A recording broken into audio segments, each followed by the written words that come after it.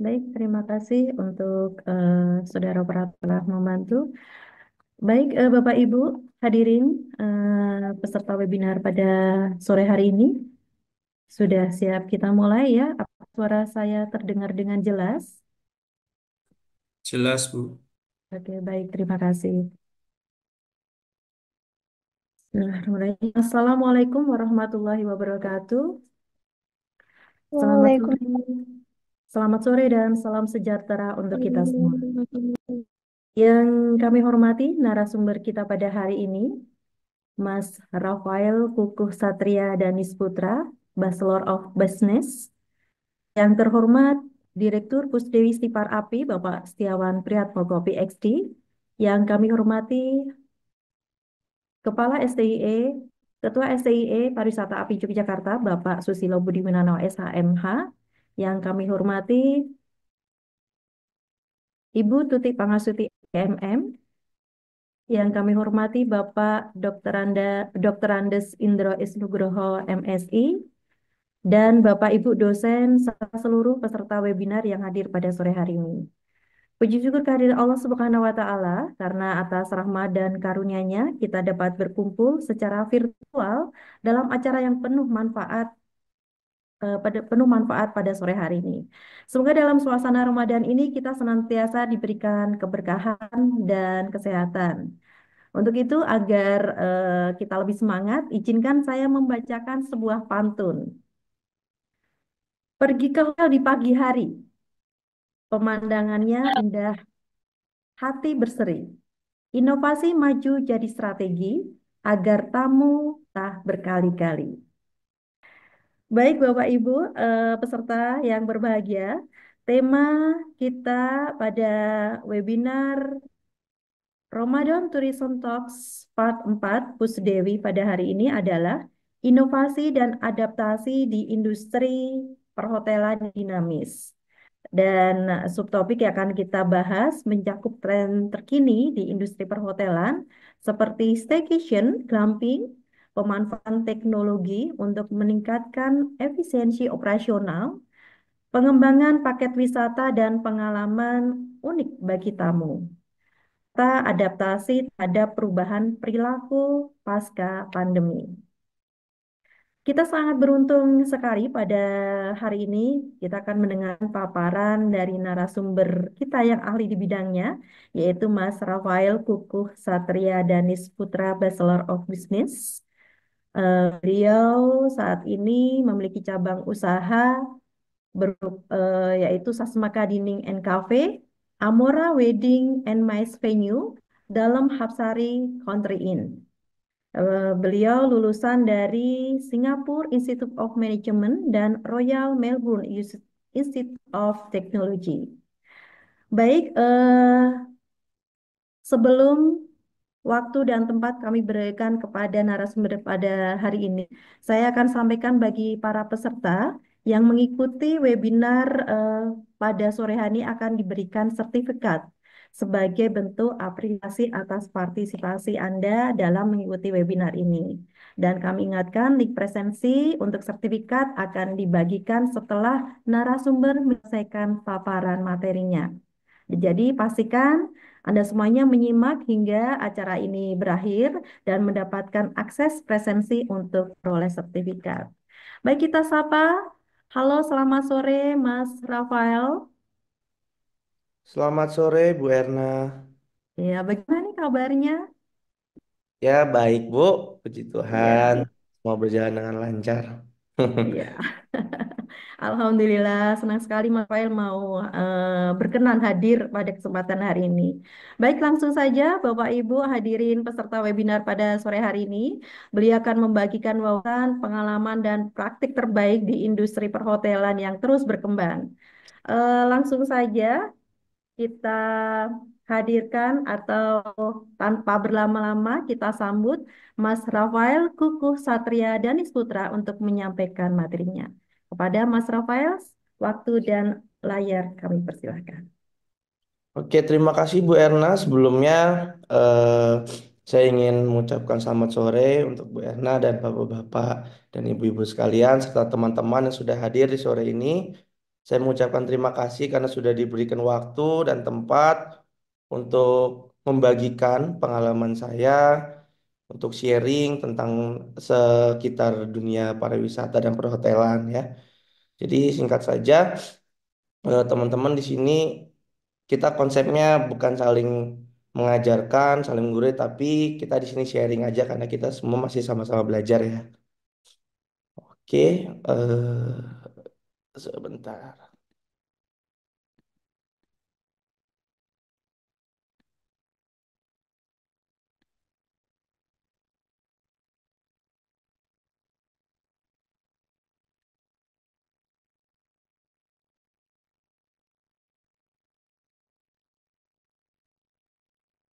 Oke, sebentar Bu, ada technical issue sepertinya.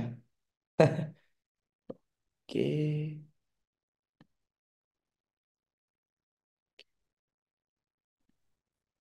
Atau perlu dibantu operator kamu? boleh Bu kalau bisa ya. Oke. Saya masih Untuk Bu. operator, apakah materi bisa dibantu share? Saat ini sepertinya juga ada Ibu Susi ya. Selamat sore Ibu Susi.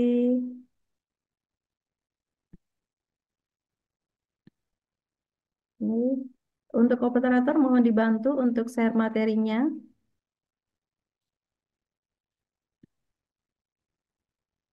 Oke, sudah bisa Bu? Oke, Bisa dilihat? bisa. Oke,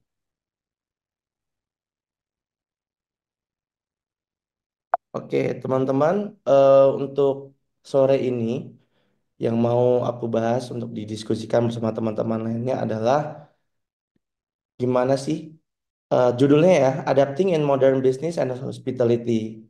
Jadi untuk di topik ini kita akan berfokus di mana gimana sih cara kita sebagai pelaku usaha atau orang yang sedang menekuni sebuah usaha di bidang perhotelan ini bisa beradaptasi dengan kondisi pasar yang cukup dinamis, selalu bergerak, fluktuatif, tidak bisa diperkirakan, diprediksi. Jadi kita akan berfokus gimana sih sebenarnya cara kita nih di tipikal bisnis modern ini kita tuh bisa beradaptasi dari segi manajemen dan juga hospitality juga ya. Jadi untuk selanjutnya, oke. Jadi pertama akan kita bahas itu sebenarnya kata kunci dari hospitality itu apa sih artinya? Lalu yang kedua, faktor-faktor yang bisa mempengaruhi perhotelan atau hospitality. Dan kita juga akan membahas juga tentang kondisi di industri perhotelan. Lalu kita juga mau meneliti dan menganalisa secara singkat pasar pasar di industri perhotelan ini apa saja dan di mana cara kita masuk, pasar yang tepat untuk kita apa saja dan yang terakhir kita juga akan membahas sedikit tentang partnership ya. Oke. Jadi pertama kita akan membahas tentang hospitality. Jadi hospitality itu kita diambil dari bahasa Latin yaitu hospes di mana artinya itu tamu atau pengunjung ya. Dan lalu melalui beberapa waktu juga akhirnya berkembang menjadi hospitum yang memiliki makna kita ramah dan menunjukkan sikap yang baik sebagai tuan rumah. Jadi kunci dari hospitality itu adalah bagaimana sih cara kita nih bisa memberikan perlakuan, pelayanan, servis yang baik terhadap pengunjung, tamu atau bahasanya kita dalam bisnis itu ada customer yang datang kepada ke tempat kita yang kita tawarkan ke mereka dan juga kita sebagai pelaku usaha ini harus menunjukkan sikap yang baik dan memberikan kenyamanan serta kehangatan kepada mereka tamu atau customer sehingga ketika mereka sedang berkunjung atau menjadi customer kita, kita ini bisa memberikan mereka rasa nyaman seperti ada di rumah sendiri atau lingkungan sendiri. Nah, lalu faktor apa aja sih yang bisa mempengaruhi atau yang ada di dalam perhotelan? Pertama, kita punya customer service ya. Jadi customer service ini bisa dibilang adalah front line. Ini adalah garis pertama ketika kita membahas tentang perhotelan. Kenapa? Karena pastinya customer itu akan berkomunikasi tentang pertama ya dengan kita mengenai pertanyaan-pertanyaan seperti apa saja sih fasilitas yang bisa didapatkan, ini harganya berapa, ini fasilitas yang dapat apa saja, terus kira-kira dan kebutuhan lainnya pasti akan ditanyakan. Nah, di sini kita harus menjadi ramah ya, bukan harus menjadi ramah ya, maksudnya kita memang harus menanamkan sifat ramah sebagai basic kita dalam menjalankan dan memberikan pelayanan berkomunikasi dengan customer sehingga mereka ini bisa merasa nyaman, merasa tidak ada batasan terkait apa sih yang ingin mereka tanyakan, apa sih yang ingin mereka ketahui tentang tempat yang akan mereka singgahi seperti itu. Jadi kita menjadi friendly, kita memberikan atensi lebih, perhatian dengan apa yang mereka butuhkan, dan kita berkomunikasi secara efisien tanpa basa-basi yang terlalu banyak. Itu sangatlah penting agar apa? Sebagai frontline itu adalah senjata utama dalam kita menarik perhatian mereka, menarik perhatian dan minat. Lalu faktor selanjutnya ada atmosfer dan detail. Ini kita bisa bilang bahasanya suasana ya, suasana dan detail. Nah, di sini kita mungkin bisa mengarahkan ke kondisi yang bersifat fisik. Contohnya, misalkan kita membahas tentang sebuah hotel, kita bisa mereferensikan atmosfer dan detail ini terhadap seperti konsep bangunan, lalu konsep furniture, lalu eh, detail-detail ya seperti fasilitas kecil kayak kita bisa start dari kebutuhan alat mandi, lalu kita juga bisa lari ke makan dan minuman, lalu kita juga bisa kasih komplimen. Itu merupakan detail dan atmosfer di mana di sini tadi ya, selain customer service, atmosfer dan detail ini adalah salah satu patokan untuk kita sebagai pelaku usaha ini tahu apa yang harus kita berikan sehingga kita bisa memberikan kenyamanan lebih untuk customer-customer kita yang bersinggah di tempat kita seperti itu. Ya ibaratnya kita bisa memberikan suasana yang hangat lah untuk mereka. Lalu faktor selanjutnya juga ada guest expectation. Nah, untuk guest expectation ini kita berdalih kepada kita sebagai pelaku usaha ini berinisiatif untuk menganalisa apa sih kira-kira yang dibutuhkan dan diinginkan tamu. Jadi tanpa ketika mereka sudah bersinggah ke tempat kita, tanpa mereka tanya pun, kita sudah harus berinisiatif untuk memberikan apa yang mereka butuh.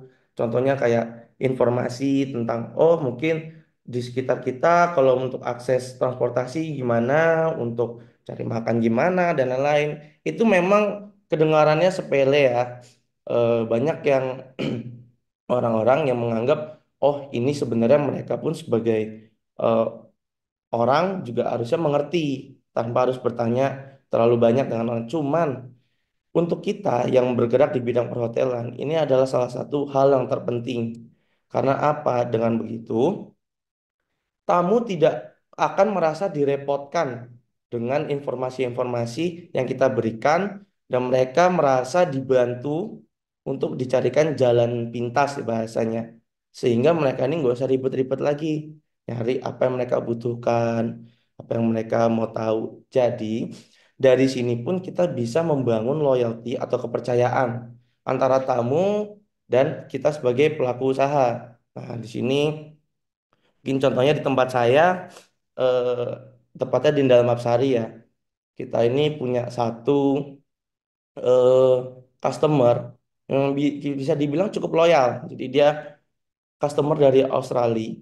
Dia pasangan suami istri, juga sudah lumayan, oh sorry, ya sudah lumayan berumur. Dan mereka di sana di Jogja ini punya intensi untuk berlibur dan sekaligus dengan jangka waktu yang lama. Nah, mungkin dari kendala bahasa di awal mereka ini sedikit sulit. Mereka agak bingung gimana sih mau cari makan di mana. Terus di dekat sini ada wisata apa saja.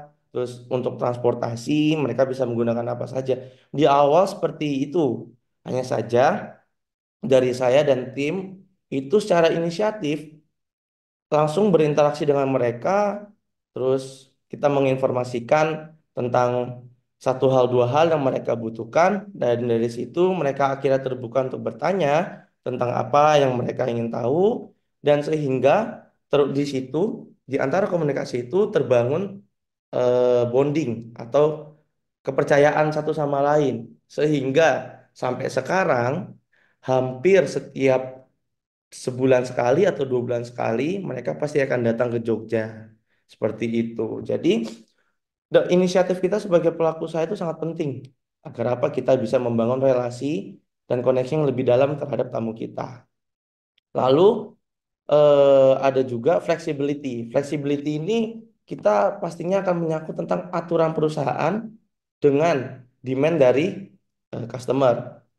Jadi di beberapa tempat kita berbicara tentang penginapan ya, penginapan atau mungkin tempat venue atau mungkin juga restoran.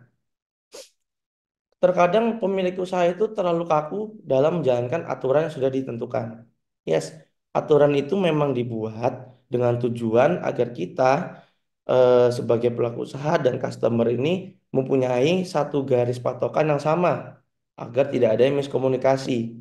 Tetapi namanya customer pastikan ada beberapa kondisi di mana dia akan meminta kita, tolong dong Pak, bisa ya kira-kira misalkan hotel check in jam segini atau check out jam segini mereka minta mundur, terus di venue juga misalkan ada aturan tidak bisa yang sudah ditentukan perusahaan tapi dari request pribadi, itu kita sebagai pemilik usaha ini harus subjektif, gimana kita ini sama-sama melihat dari kebutuhan kita masing-masing. Ya, kita tidak bisa memandang dari sisi kita sebagai pelaku usaha saja atau mereka pun memandang dari sisi sebagai pembeli, sebagai customer. Di sini kita harus ada di tengah. Kita harus tahu masalah yang dihadapin apa dari masing-masing pihak sehingga ketika nanti misalkan ada customer dia demand sesuatu tentang aturan, checkout mau agak mundur atau pembayaran agak ini, terus untuk acara besar seperti wedding atau event, meeting dan lain-lain, mereka minta tambahan waktu. Kita sebagai pelaku usaha harus bisa memberikan toleransi terhadap request-request tersebut. Karena apa? Dari situ juga kita bisa mendapatkan customer yang loyal, ya. Jadi kalau di NDH juga kita ada beberapa kali, salah satunya kita ada customer dari UII, di mana itu dosennya juga kebetulan selain STIE, dosen-dosen UI juga sering mengadakan meeting, meeting dosen di NDH. Nah, mereka biasanya minta fleksibel dari kita pihak-pihak NDH, seperti jam meetingnya boleh ditambahin atau tidak, kira-kira bisa difasilitasi beberapa atau tidak. Jadi dari situ kita bisa mendapatkan customer yang loyal juga, seperti itu. Nah, sekarang tadi kita hanya membahas tentang hospitality. Nah, sekarang kita akan membahas tentang penerapan perhotelan di industri bisnis perhotelan ini. Ya. Jadi, hal-hal tadi yang sudah kita bahas barusan itu sebenarnya adalah standar atau patokan bagi kita ketika ingin menjalani sebuah bisnis di perhotelan. Tetapi, walaupun kita sudah punya standar yang baik, itu pun belum cukup untuk kita bisa masuk ke dalam industri perhotelan, untuk kita bisa menjual, untuk kita bisa eh, bersaing dan lain-lain itu masih belum cukup, ya. Jadi di dalam bisnis industri bisnis hospitality ini atau perhotelan ini, apalagi di zaman modern ini kita mempunyai karakter market yang fluktuatif dan dinamis, ya seperti topik kita pada hari ini, kita tidak tahu apa yang sedang diminati oleh customer, tren apa yang sedang naik, lalu juga bertambahnya pelaku usaha yang sejenis dengan kita yang hadir juga dengan usaha perhotelan, itu tuh membuat kita sih semakin harus was-was. Kita harus semakin matang dalam planning untuk mengantisipasi masalah-masalah yang akan ada di depannya. Itu. Nah, Mohon izin, Mas Rafael, 5 menit ya, lagi ya. oke. Jadi untuk bagaimana sih cara kita untuk memasukkan produk yang kita tawarkan ke dalam pasar? Pertama, kita harus mengerti pasar kita dan target kita. Jadi kita tidak bisa asal-asal menjual, asal-asal mempublish tanpa tahu siapa sih yang mau kita tuju, siapa sih yang mau kita tarik untuk meminati usaha kita sendiri. Jadi di sini market targetnya banyak. Kalau dari pengalaman saya, kita punya family yang cenderung lebih suka dengan tempat yang nyaman, student yang lebih suka dengan tempat yang memiliki fasilitas entertain yang banyak.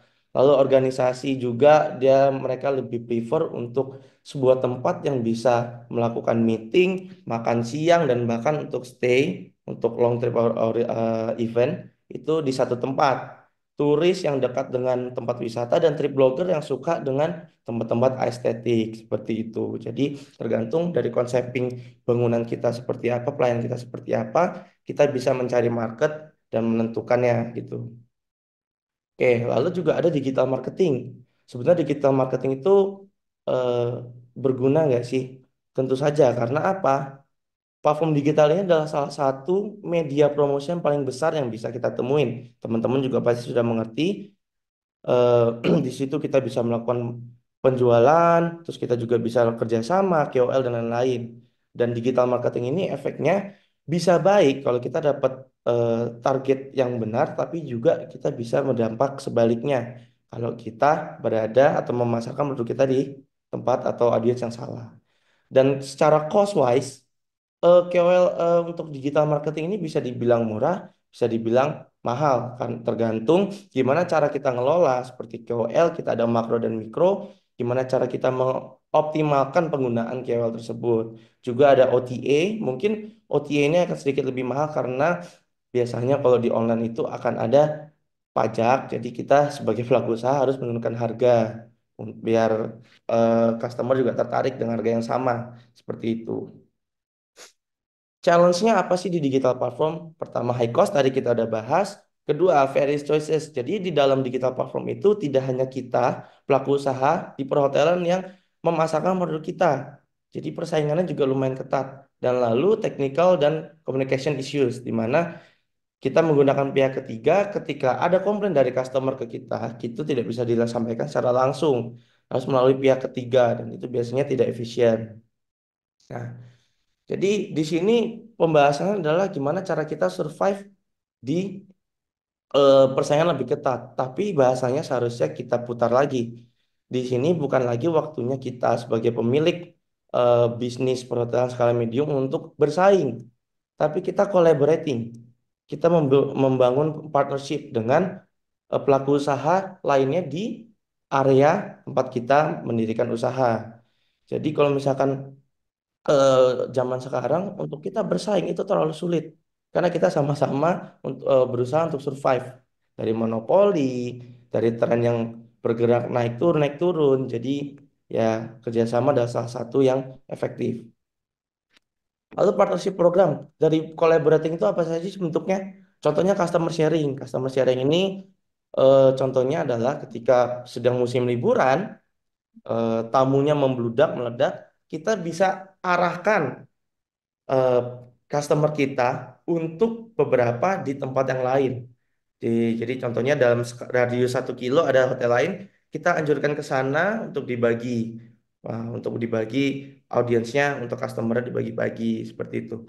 Lalu ada collaboration event di mana kita, misalkan kita dari hotel, terus ada rumah makan, ada juga produk fasilitas, itu tuh kerjasama untuk membuat sebuah event. Contohnya bisa saja seperti event lari, kita bekerja sama dengan tempat penginapan, tempat rumah makan, lalu juga untuk kita bisa menarik brand-brand seperti aparel dan lain-lain. Itu sangat sangat sangat efektif untuk kita sebagai media pemasaran. Karena apa? Di situ adalah direct marketing, di mana tidak ada perantara lagi, kita minatnya kita akan tarik langsung dengan komunikasi secara langsung. Dan lalu juga ada trip package, di mana kita menawarkan customer kita untuk eh, liburan di suatu tempat dengan catatan semua kita yang atur. Penginapan, trip, lokasi wisata, tempat makan, lalu tempat seperti tadi, misalkan ada wisata kayak desa desa kreatif dan lain-lain, itu bisa kita jadikan sebagai satu trip package sehingga mereka ini akan tidak akan disulitkan untuk planning acara mereka sendiri seperti itu. Jadi untuk kesimpulannya adalah kita ini sebagai pemilik usaha harus berinovasi terus-menerus untuk menghadapi dan beradaptasi dengan kondisi pasar yang sangat amat dinamis dan fluktuatif, naik turun, tidak bisa terprediksi. Dan ketika kita sudah menemukan, kita menghadapi suatu masalah dan kita menemukan cara atau solusi untuk menghadapi masalah tersebut, bukan berarti solusi tersebut bisa kita pakai secara terus-menerus. Karena kondisinya akan berubah, karakter dari pasar juga akan berubah, sehingga kita tetap harus mengikuti, beradaptasi, dan berinovasi dalam menciptakan sebuah solusi. Begitu. Mungkin sekian Bu Erna. Terima kasih untuk teman-teman yang sudah mendengarkan. Ya. Baik, terima kasih banyak kepada Mas Rafael Gugu Satria atas paparan yang sangat komprehensif dan inspiratif ya, luar biasa. Dan selanjutnya kita akan memasuki sesi tanya jawab. Bagi peserta yang ingin bertanya, silakan menuliskan pertanyaan di kolom chat atau menggunakan fitur raise hand. Dan sebelum kita menerima beberapa pertanyaan. Ini saya sapa, baru saja join ini. Selamat sore, Ibu Dokter Anda Indang Widayanti, MM, dan selamat sore juga dari Kabupaten Situbondo ada Pak Andri Wibisono. Selamat Selamat sore. sore Mbak Erna. Ya, selamat sore Ibu, terima kasih sudah berpartisipasi. Selamat sore juga buat Bapak atau Ibu Sudi Bayu Turkerdi dari Undira. Terima kasih sudah bergabung. Dan selamat sore juga kami sapa Bapak Bahrudin yang selalu setia dengan webinar kita dari Dinpopar Budpar. Terima kasih sudah bergabung pada kesempatan hari ini. Baik, buat para peserta hadirin yang hadir pada kesempatan sore hari ini, silahkan jika ingin bertanya, mumpung ini ada Mas Rafael nih yang luar biasa. Beliau masih muda tapi sudah memegang cabang usaha nih.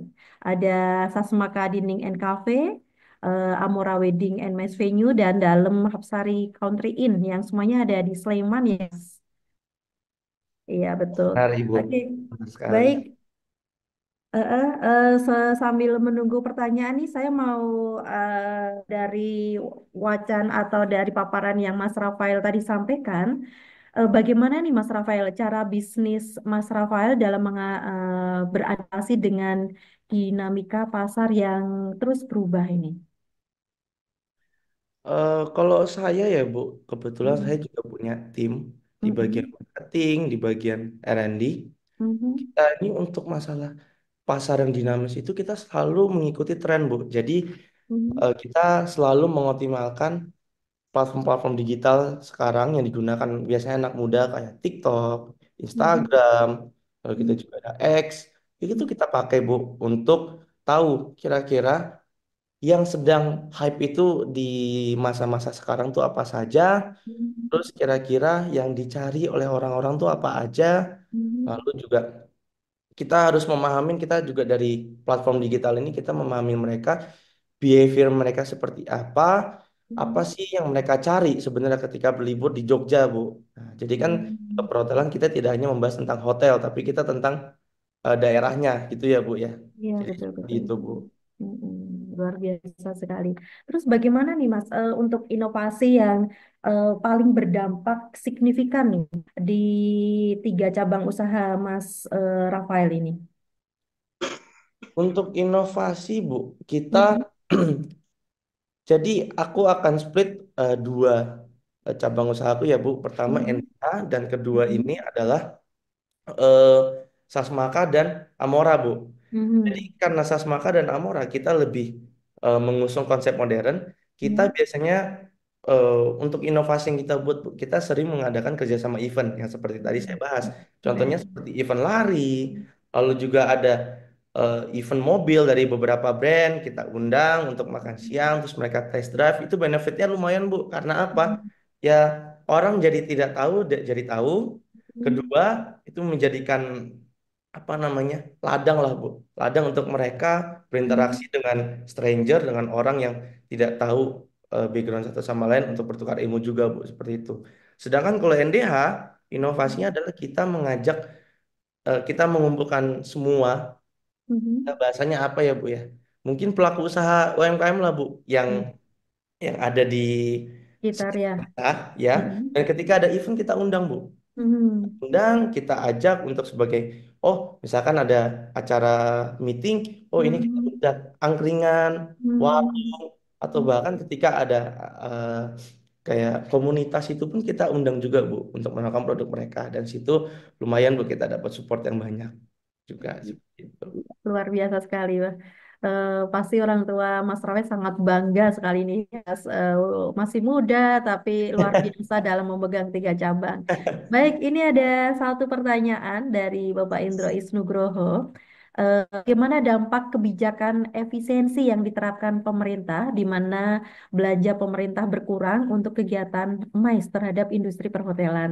Dan menurut Mas Rafael, kira-kira apa solusinya? Oke, baik, Mhm. Bu Erna, untuk jawabannya sebenarnya singkat ya Bu ya. Mhm. Jadi untuk permasalahan kebijakan efisiensi pemerintah ini Mhm. sebenarnya berdampak untuk kita, Bu. Tapi Mhm. eh, dampaknya itu tidak secara langsung, Bu. Ya. Oh. Jadi Mhm. karena kita tetap berfokus dengan menjual barang kita ke Mhm. umum atau ke publik. Jadi Mhm. kita ini untuk aturan semua yang ditentukan oleh pemerintah, kita hanya Mhm. bisa mengikuti saja, Bu. Jadi sekarang mungkin Mhm. tidak banyak yang bisa kita lakukan karena berhubung juga dengan kondisi seperti efisiensi kita baru eksekusi ya, Bu. Kita belum tahu dampak positif dan negatifnya. Jadi mungkin pertanyaan ini untuk industri perhotelan, Mhm. apalagi swasta ya Bu ya, semua kan Mhm. swasta. Ya kita seperti biasalah, berdampaknya Mhm. pasti ada, lumayan kerasa, tapi ya kita mau nggak mau harus mengikuti aturan yang ada saja untuk sementara ini, seperti itu. Untuk solusinya sih ya mungkin dari sekarang ini sudah banyak mahasiswa-mahasiswa yang membuka forum terkait Mhm. dengan eh, positif, pro dan kontranya ya Bu ya, pro kontra dari kebijakan ini. Jadi Mhm. semoga teman-teman nanti bisa membuka forum diskusi, meneliti, Mhm. menganalisa pro kontra dari konflik yang ada, dan ketika kita sudah menemukan jawaban yang konkret, kita bisa sebagai perwakilan, kita bisa melakukan penyuaraan dari kita sebagai suara-suara mahasiswa kepada Mhm. pemerintah, seperti itu Bu. Untuk sementara seperti itu aja sih Bu. Karena kan kita masih belum tahu dampak dampak secara utuhnya gimana kan Bu. Ya kita nggak bisa Iya. mata lah kita menilai seperti itu. Iya. Luar biasa, ini perlu ditiru. Jadi kita harus selalu berpikir positif ya dalam menghadapi semua sesuatu yang ada gitu ya di sekitar kita ya. Oh, luar biasa sekali. Di sini ada Bapak Direktur Pusdewi mungkin mau berbagi sharing dengan Mas Rafael. Kami kami panggil Bapak Setiawan Priatmoko PhD. Halo, Ya. selamat sore Halo, Pak. halo, terima kasih. Selamat sore, Bu. Selamat sore, Selamat sore Mas Bapak. Rafael. Selamat sore. Luar biasa apa sharingnya. Nampaknya sekarang memang sudah berganti ya generasinya dari baby boomer, milenial, sekarang Gen Z. Ya, Ya, kayaknya Gen Z ya, Mas Rafael. saya Gen Z Pak. Kebetulan Gen saya Z. masih umur Jadi, 23 tahun tahun ini Pak. ya. Jadi di media massa atau media sosial itu kan benturan antara nilai-nilai antara generasi itu saling saut-sautan ya. Wah Iya gini, Pak. gini ya. Betul, Gen Z betul bilang ah sekali. dasar baby boomer, dasar ini dasar milenial. Tapi Iya, di betul. ini kita melihat apa eh, aura-aura positif, eh, apa eh, komentar-komentar yang konstruktif tentang fenomena bisnis perhotelan, sama yang skala menengah, menengah ke bawah. Dan dan menurut riset kami juga di beberapa negara yang relatif lebih maju, industri perhotelannya memang sangat kompetitif sekali itu, terutama eh, ruang untuk industri perhotelan yang kelas menengah, bahkan yang kecil, bahkan skala perorangan tuh sangat sangat kompetitif. Jadi kayaknya siap atau nggak siap, kalau misalnya Jogja atau Indonesia ini pariwisatanya makin maju, harus siap-siap tuh eh, yang besar-besar eh, akan menghadapi kompetisi yang sangat ketat, bahkan mungkin dari orang yang punya peninggalan rumah tua dari kakek neneknya, dia sulap jadi eh, lodging atau jadi homestay kecil, dan semua bisa berkompetisi. Tinggal nanti Iya. pemerintah yang mengaturnya dengan regulasi, entah itu melalui perpajakan atau dan sebagainya, agar eh, mayoritas masyarakat dapat manfaat dari bisnis perhotelan. Dan apa yang dilakukan oleh Mas Rafael dengan apa hotelnya itu cukup menarik nih, eh, untuk kita sama-sama simak. Oh kayak gini ya kalau hotel menengah. Oh kayak gini strateginya gitu. Jadi mungkin beda-beda ya.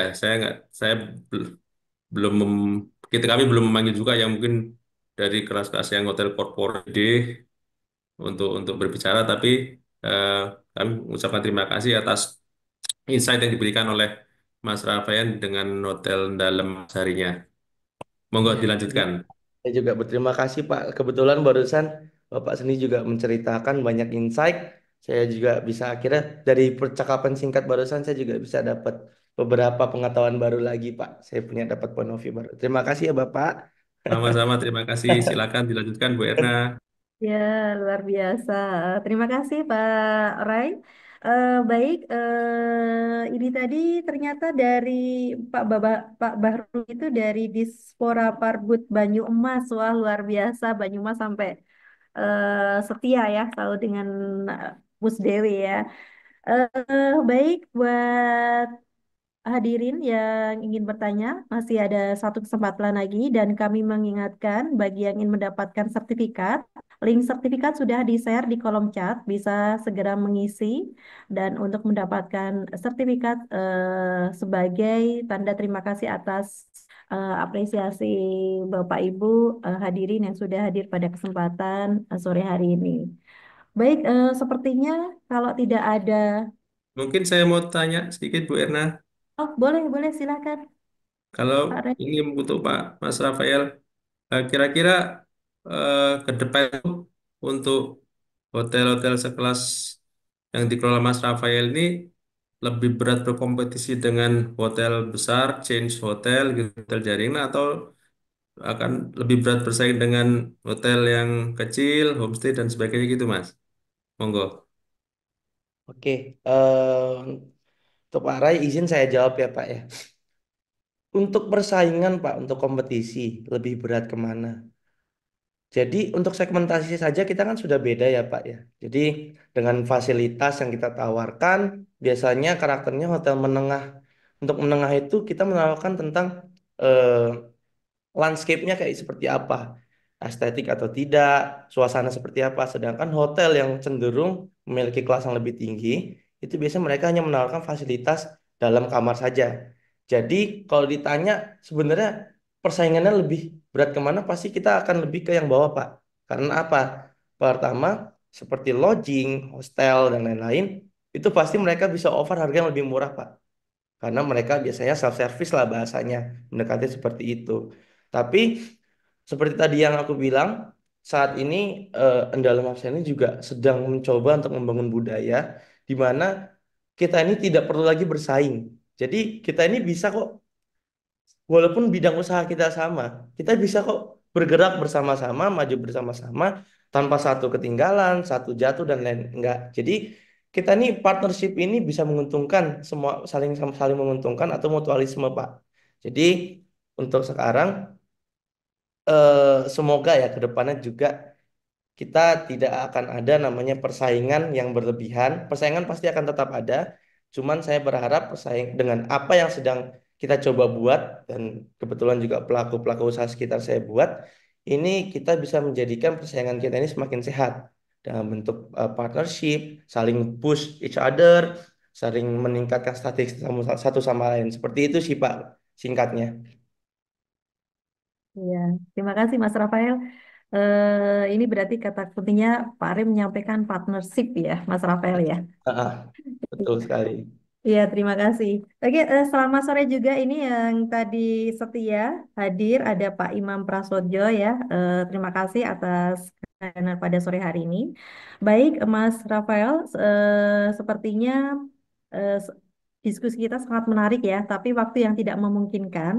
Sebagai akhir dari diskusi yang sangat menarik ini, sebelum kita mengakhiri sesi webinar, kami ingin mendengarkan closing statement dari Mas Rafael. Oke. Silahkan. Eh, izin untuk Bapak dan Ibu sekalian serta teman-teman yang hadir di sore ini. Saya mengucapkan terima kasih yang banyak karena sudah diajak berdiskusi bersama. Kita juga saling tukar informasi, tukar ilmu agar kita bisa saling berkembang. Dan saya berharap dengan materi dan pengalaman saya sampaikan, semoga bisa berguna untuk teman-teman ketika nanti kita akan bergerak di bidang bisnis atau bahkan eh, bagusnya arah positifnya kita bisa membangun bisnis sendiri. Itu bisa menjadi patokan dan mungkin ketika ada pertanyaan dan lain-lain kita bisa kembali mencari waktu lagi untuk saling bertukar ilmu. Jadi sekali lagi saya mengucapkan terima kasih yang sebesar-besarnya. Terima kasih Mas Rafael. Baik Bapak Ibu hadirin yang kami hormati, tidak terasa kita sampai di penghujung acara. Terima kasih sebesar-besarnya kepada Mas Rafael Kuku Satria atas waktu dan ilmu yang telah dibagikan. Kami juga mengapresiasi partisipasi aktif dari seluruh peserta webinar Ramadan Touring Talks pada hari ini. Sebagai bentuk penghargaan dan rasa terima kasih kami, izinkan kami menyerahkan sertifikat apresiasi kepada Mas Rafael Kuku Satria. Kepada operator, mohon untuk sertifikatnya ditampilkan. Ya, tolong diterima Mas Rafael. Mohon diterima sertifikat dari kami. Kami sangat menghargai ya waktu, ilmu, dan pengalaman yang telah dibagikan kepada kami semuanya. Terima kasih banyak Ibu. Ya, sama-sama Mas Rafael. Semoga kolaborasi ini menjadi awal dari sinergi yang berkelanjutan di masa depan ya. Sekali lagi kami ucapkan banyak terima kasih kepada Mas Rafael Kuku Satria atas partisipasi dan kontribusinya. Sukses selalu Mas Rafael dalam setiap langkah dan karyanya ke depan. Salam buat Ibu Susi ya, juga Bapak dan keluarga yang ada di rumah. Terima Baik, kasih. hadirin para peserta webinar pada kesempatan sore hari ini, sebelum kita akhiri ya, izinkan saya menutup dengan sebuah pantun. Menginap di hotel suasana ceria, layanan ramah, Cakep, penuh pesona.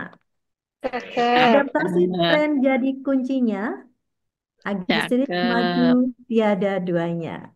Baik, cakep, semoga luar materi yang biasa. disampaikan hari ini dapat memberikan wawasan baru dan bermanfaat bagi pengembangan industri perhotelan yang telah inovatif dan adaptif. Sebelum kita menutup acara webinar ini, mari kita abadikan momen berharga ini dengan sesi foto bersama. Kami mengundang seluruh peserta, narasumber, dan panitia untuk menyalakan kamera sejenak agar kebersamaan kita dalam acara ini dapat terdokumentasikan dengan baik. Operator mohon dipandu untuk pengambilan gambar. Jadi mohon tetap tersenyum dan bersiap ya depan kamera. Saya akan menghitung mundur untuk memastikan semuanya siap. Kita mulai dalam hitungan 3, 2, 1. Senyum. Iya, terima kasih. Baik hadirin, seluruh peserta webinar pada kesempatan hari ini dan kami ucapkan terima kasih juga teruntuk adik-adik mahasiswa yang hadir pada hari ini angkatan 2B ya. Terima kasih yang sudah berpartisipasi. Saya selaku moderator mohon maaf jika ada kata-kata yang kurang berkenan. Selamat petang dan selamat berbuka puasa bagi yang menunaikan dan sampai jumpa di acara webinar Ramadan Talks part selanjutnya dengan topik-topik yang lebih menarik lagi. Wassalamualaikum warahmatullahi wabarakatuh. Waalaikumsalam warahmatullahi. Waalaikumsalam Terima kasih. warahmatullahi Terima kasih. Terima wabarakatuh. kasih Mas Terima Rafael. Terima kasih. kasih Bapak Ibu semuanya.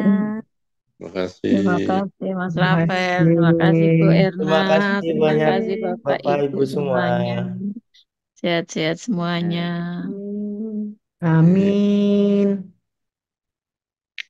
Kok ini mulutnya ya. Mohon izin keluar.